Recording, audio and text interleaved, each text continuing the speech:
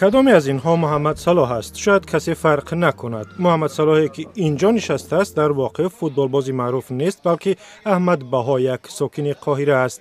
در این قهوه‌خانه فوتبال تماشا می کند.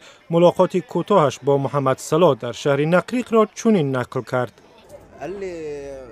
وقتی مرا دید حیرت زده شد و من گفت که گویا در برابر آینه ایستاده است، ولی او به من مانند است چون من اندکی از او کلانم. احمد بها هر وقت اینجا می آید هم مشتریان و هم کارمندان قهوه‌خانه با او سلام می کنند، عکس می گیرند و می پرسند وقتی بازی لیورپول هم اینجا بود.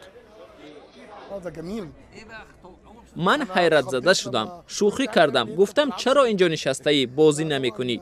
ولی من خرسندم که محمد صلاح یک نفری مانند به خود را دارد.